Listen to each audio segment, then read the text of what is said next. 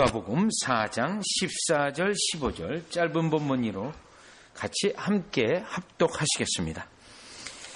예수께서 성령의 능력으로 갈릴리에 돌아가시니 그 소문이 사방에 퍼졌고 친히 그 여러 해당에서 가르치심에 뭇사람에게 칭송을 받으시더라. 아멘. 저와 여러분이 누가복음을 읽을 때 항상 어떤 문단의 시작에서 성령에 대한 언급이 있는지 없는지를 항상 보시면 특별히 누가복음을 통하여 우리에게 주시는 하나님의 말씀에 특별한 것을 깨달아 볼 수 있습니다. 여러분, 그 앞에 있는 4장 1절에 보면 예수께서 성령의 충만함을 입어, 이렇게 해서 예수님이 시험받은 그 내용이 쭉 서술되고 14절에 예수께서 성령의 능력으로, 이렇게 해서 문단마다 예수님의 사건마다 성령님의 사역과 성령님의 능력에 대한, 때로는 성령님의 은사에 대한 언급이 있습니다. 자, 그렇다면 누가복음에서 강조하고 있는 전체적인 내용에서 예수님의 사역은 철저히 성령의 사역과 함께 있다라는 것을 우리가 알 수 있습니다. 그러면 4장 14절에서 성령의 능력으로 갈릴리에 들어가셨다라고 되어 있고, 그 앞에 4장 12절 13절을 보시면 마귀가 모든 시험을 다한 후에 얼마 동안 떠나니라, 이렇게 되어 있습니다. 그래서 13절에서 14절로 넘어가는 사이에 어떤 내용이 있냐면 성령의 역사로 말미암아 예수님께서 마귀를 물리치셨다라고 하는 결론적 내용이 14절에 성령의 능력으로 갈릴리에 들어가셨다, 이렇게 연결이 되어집니다. 자, 그러면 이 4장 1절에서 15절까지 전체적으로 볼 때 우리가 성령과 예수님의 사역과 관계에서 성령의 역사로 깨달아 볼 수 있는 것이 있는데, 자, 그러면 첫 번째로 우리가 깨달아 볼 수 있는 것이 성령의 역사로 마귀를 물리치고 승리하셨다가 포인트에 있습니다. 성령의 역사로 마귀를 예수님이 물리치고 그리고 성령의 능력으로 갈릴리에 들어가셨는데, 그렇다면 이 마귀의 대적의 역사에서 성령의 역사로 인하여 예수님은 승리하였다라는 내용이 여기에 있습니다. 그러면 여러분 4장 1절에서 13절까지 그 성령의 능력, 예수님의 사역에서 성령의 사역은 무엇이냐면 4절을 보시면 예수께서 대답하시되 기록된 바 사람이 떡으로만 살 것이 아니라 하였느니라. 또 여러분이 8절에 보면 기록된 바 주 너희 하나님께 경배하고 다만 그를 섬기라 하였느니라. 또 12절에 보시면 주 너희 하나님을 시험하지 말라 하였느니라.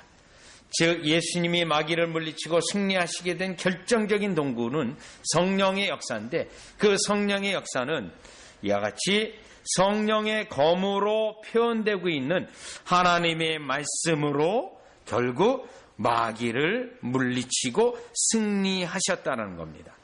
그러면 이 성령의 사역과 하나님의 말씀으로 되어져 있는 이 내용은 사실 시편 45편 3절을 보면, 여러분이 한번 중요한 본문이기 때문에 가보겠는데요. 시편 45편 3절입니다. 시편 45편 3절인데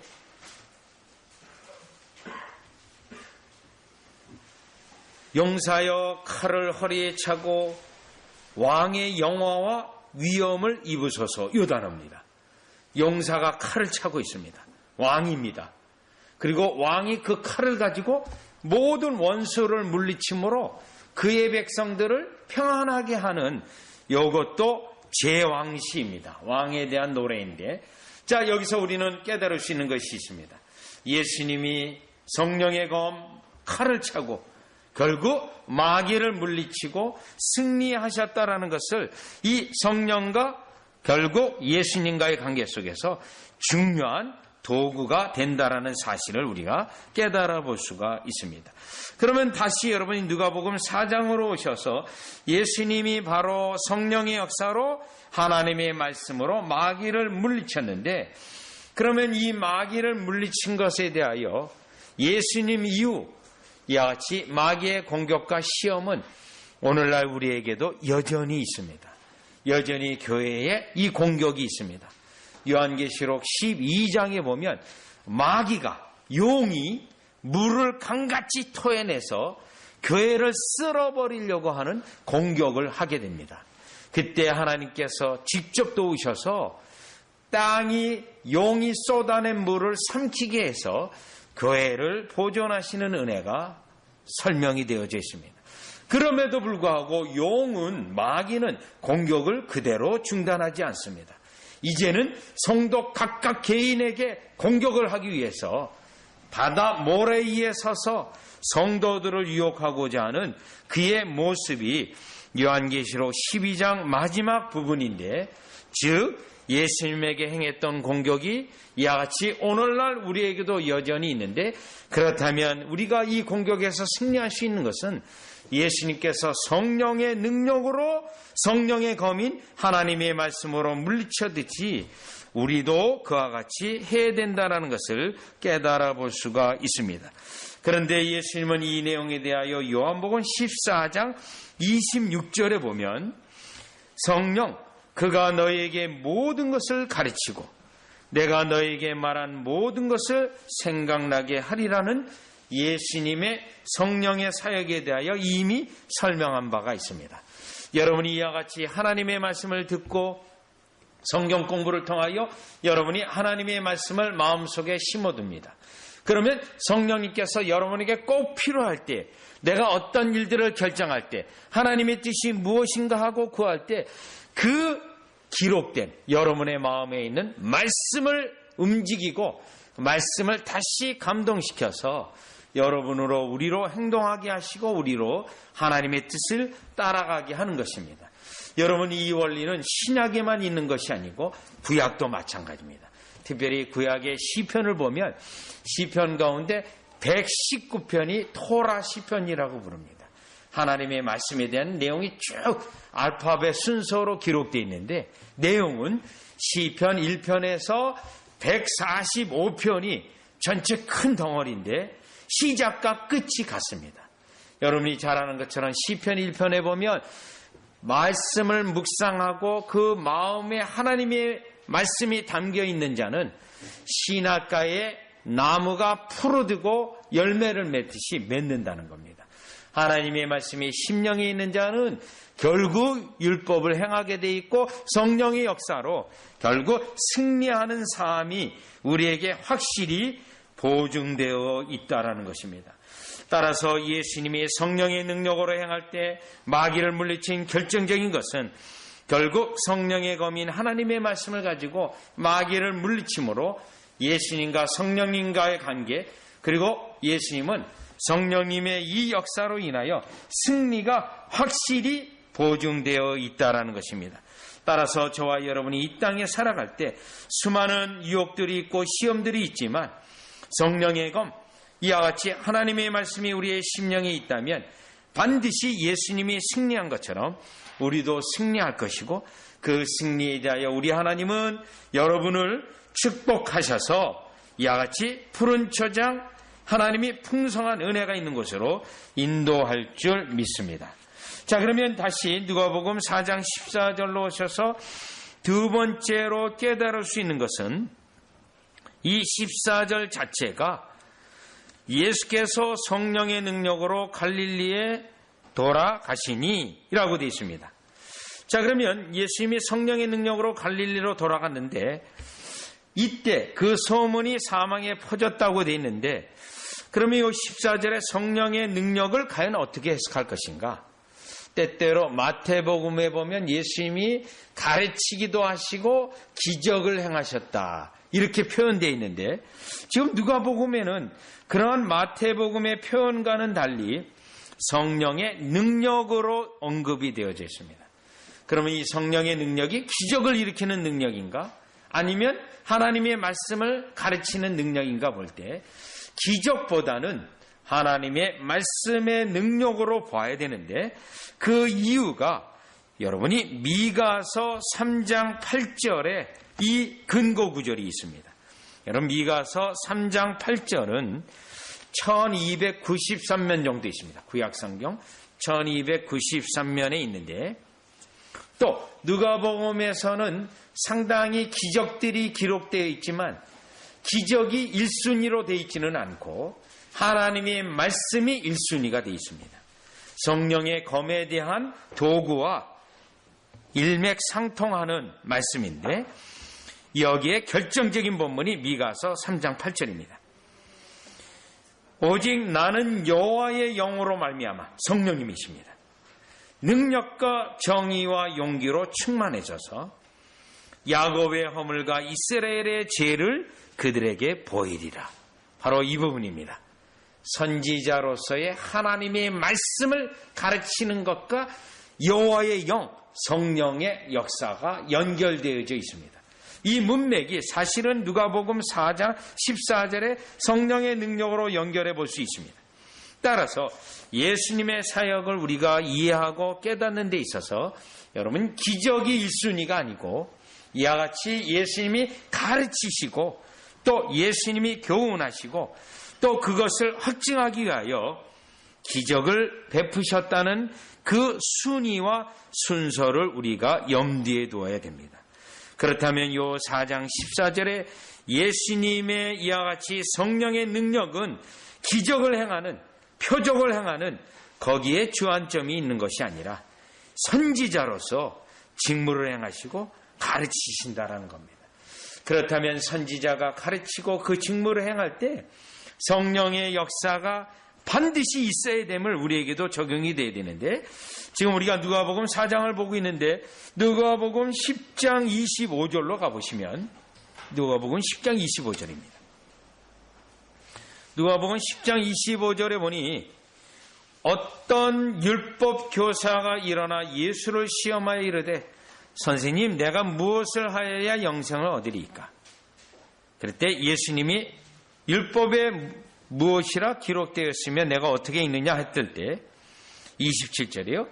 대답하여 이르되 내 마음을 다하며 목숨을 다하며 힘을 다하며 뜻을 다하여 주 너의 하나님을 사랑하고 또한 내 이웃을 내 자신과 같이 사랑하라 하였나이다.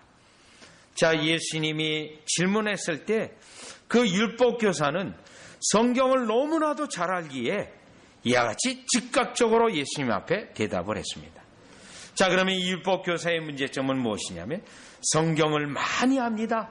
성경 구절을 꿰뚫고 있습니다. 그러나 성령의 능력이 이 율법교사에게 없습니다. 성령의 능력이 이 율법교사에게 없기 때문에 이 율법교사는 단지 지식만으로 있었던 것이지 전혀 행할 수 없는, 능력이 없는 사람에 불과했다라는 것입니다. 자, 여러분, 이 경우만 봐도 그렇고 또 하나의 경우를 더 보면 누가복음하고 같이 보아야 되는 사도행전 8장 27절로 가보시면 이와 같이 예수님의 성령의 능력으로 가르치셨습니다. 우리도 마찬가지입니다. 성령의 능력이 없다면 우리의 가르침도 아무것도 아닙니다. 지식에 불과할 것입니다. 믿는 역사도 마찬가지입니다. 사도행전 8장 27절로 가보시면 27절에 가보면 에디오피아 사람 고 에디오피아 여왕 간다게의 모든 국고를 맡은 관리인 네시가 예배하러 예루살렘에 왔다가, 이 부분입니다. 자, 이 사람은 분명히 이방 사람입니다. 이방인에도 불구하고 하나님을 아는 지식을 갖게 됩니다. 이것을 사도행전에서는 뭐라고 부르냐면 이방인으로서 하나님을 아는 지식을 가지고 하나님을 예배하는 자를 하나님을 경외하는 자들, 이렇게 부릅니다. 이방인으로서 하나님을 경외하는 자들, 이렇게 부르는데 그런 사람이에요. 그 사람이 지금 이집트에서 예루살렘까지 왔다가 가고 있습니다. 자, 그러면 이 사람은 하나님을 아는 지식이 있고 얼마나 하나님을 예배하는 것에 열심히 했냐면 예루살렘까지 와서 하나님께 예배하는 사람입니다. 그런데요, 얼마나 경건한지 28절을 보면 돌아가는데 수레를 타고 선지자 이사야의 글을 읽더라. 여러분, 이사야 선지서 그 책도 있고 그거를 읽고 있어요. 여러분, 때때로 지하철을 타게 되면 성경을 읽는 그러한 때때로 교인들을 보게 됩니다. 참 대단하다는 생각을 가집니다. 그 복잡한 상황 가운데도 성경이, 물론 기차를 타고 먼 여행 갈 경우 그럴 수도 있는데 지하철에서도 그런 경우를 보면 참 열심히 대단하다라는 생각을 하는데, 이 에디오피아 내시에도 이와 같이 성경을 읽고 있습니다. 마차를 타고 가면서요. 외적으로 보면 정말 하나님을 사랑하고 하나님을 경외하는 사람입니다. 그런데요, 30절에 보니까 빌립이 달려가서 선지자 이사야의 글 읽는 것을 듣고 말하되 읽는 것을 깨닫느냐? 31절이요. 대답하되 지도해 주는 사람이 없으니 어찌 깨달을 수 있느냐 하고, 결국 그렇게 성경을 읽고 또 하나님께 예배하고 했지만 결국 깨닫지는 못하는 상태에 있었다는 것입니다. 열심도 있었지만 결국 이것은 우리에게도 마찬가지입니다. 성령의 은혜와 성령의 능력이 없다면 우리도 여전히 하나님의 말씀을 이해하지 못하고 그냥 글을 읽는 것 정도, 책 읽는 것 정도의 수준으로 끝날 것입니다. 그런데 지금 누가복음 4장 14절을 보면 예수님의 이 사역이 결국 성령의 능력이라는 것은 결국 예수님의 사역의 중요성이 가르치는 사역에 있고, 그 가르치는 것에 있어서는 절대적으로 성령의 능력이 있어야 되며 성령의 은혜가 있어야 되고, 더욱이 우리에게는 성령의 은혜가 있어야만 하나님의 말씀을 읽을 때 깨달아지고 믿어지고 또 확신도 얻게 된다는 사실을 알게 됩니다.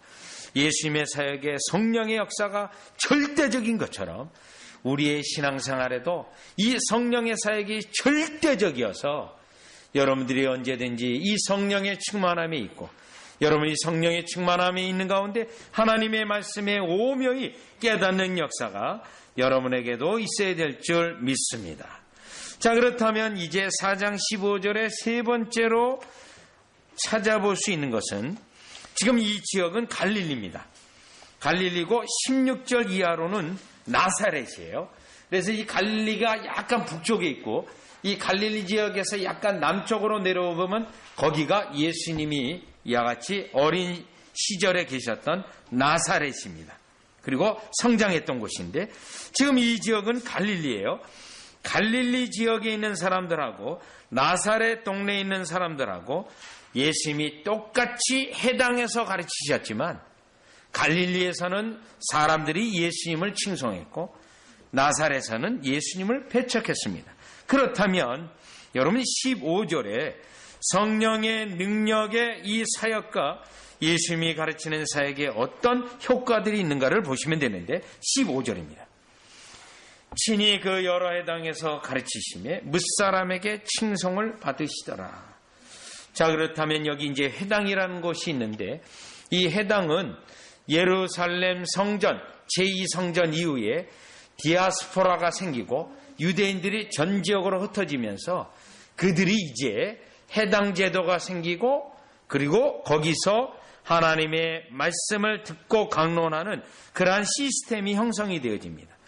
그래서 예수님이 이 땅에 오셨을 때 이 해당 중심으로 하나님의 말씀을 증거하셨고, 또 사도 바울도 선교를 갔을 때 이 해당 중심으로 선교 말씀을 행하셨습니다. 자, 그렇다면 지금 이 갈릴리에서 해당에서 가르치셨는데요, 15절 뒷부분을 보니까 상당히 많은 사람들이 반응을 했습니다.